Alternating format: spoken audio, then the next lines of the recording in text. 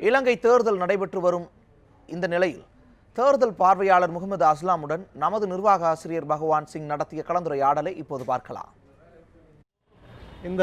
இந்த முறை இந்த எலெக்ஷன் பாராளுமன்ற தேர்தல் ரொம்ப ஒரு சுமூகமான ஒரு நிலைமையில் ஒரு வன்முறை ஒரு சம்பவம் இல்லாமல் அசம்பாவிதங்கள் இல்லாத நடந்துகிட்ருக்கு அப்படின்னு சொல்லி நான் சொல்லிட்டு இருக்கிறேன் காலையிலேருந்து.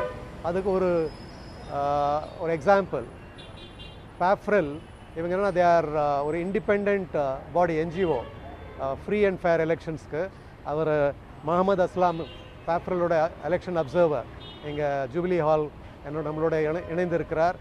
அவர் அதே தான் சொல்கிறார். ஒரு நிமிஷம் மிஸ்டர் அஸ்லாம் சார். ஆமாம்.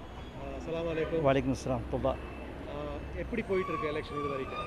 உண்மையிலே நான் என்னுடைய சிறு வயதுக்கு அப்பால் ஒரு வளர்ந்தவனாகி ஒரு நீண்ட காலத்துக்கு பிறகு ஒரு அமைதியான ஒரு இலங்கையில் இப்படியான ஒரு தேர்தல் இருக்கின்றதா என்ற அளவுக்கான ஒரு சூழ்நிலை உருவாக்கப்பட்டிருந்ததுன்னு சொல்ல வேண்டும். இதுக்கு யார் காரணம்? இப்போ உள்ள அரசாங்கம் காரணமா இல்லை மக்கள் மத்தியில் இருக்கிற ஒரு பயம் இல்லாத ஒரு பதட்டமான நிலைமை இல்லாத கம்ப்ளீட் ஒரு பீஸ்ஃபுல்லான ஒரு அட்மாஸ்பியர் மக்களால் உருவாக்கப்பட்ட ஒரு அமைப்புன்ற ஒரு நிலவரம்னு நீங்கள் நினைக்கிறீங்களா? இல்லை அரசாங்கத்தோட ஆக்ஷனாலையா டெசிஷனாலையா? உண்மையிலேயே ஒரு முக்கியமான நீங்கள் கேள்வி கேட்டிருக்கீங்க.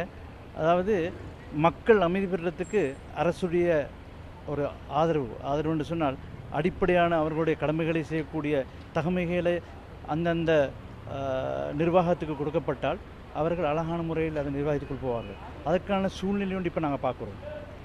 உண்மையில் ஒரு நிர்வாகி அவருடைய சரியான கடமைப்பாட்டுகளை செய்யக்கூடிய தகமையை பெறும் பொழுது அவர் அந்த நிர்வாகத்தை நல்ல முறையில் நேர்மையாக செய்யக்கூடிய வாய்ப்பு அவருக்கு கிட்டும். அந்த அடிப்படையான அமைதியான சூழ்நிலையை தான் இப்போ தான் பார்க்குறோம்.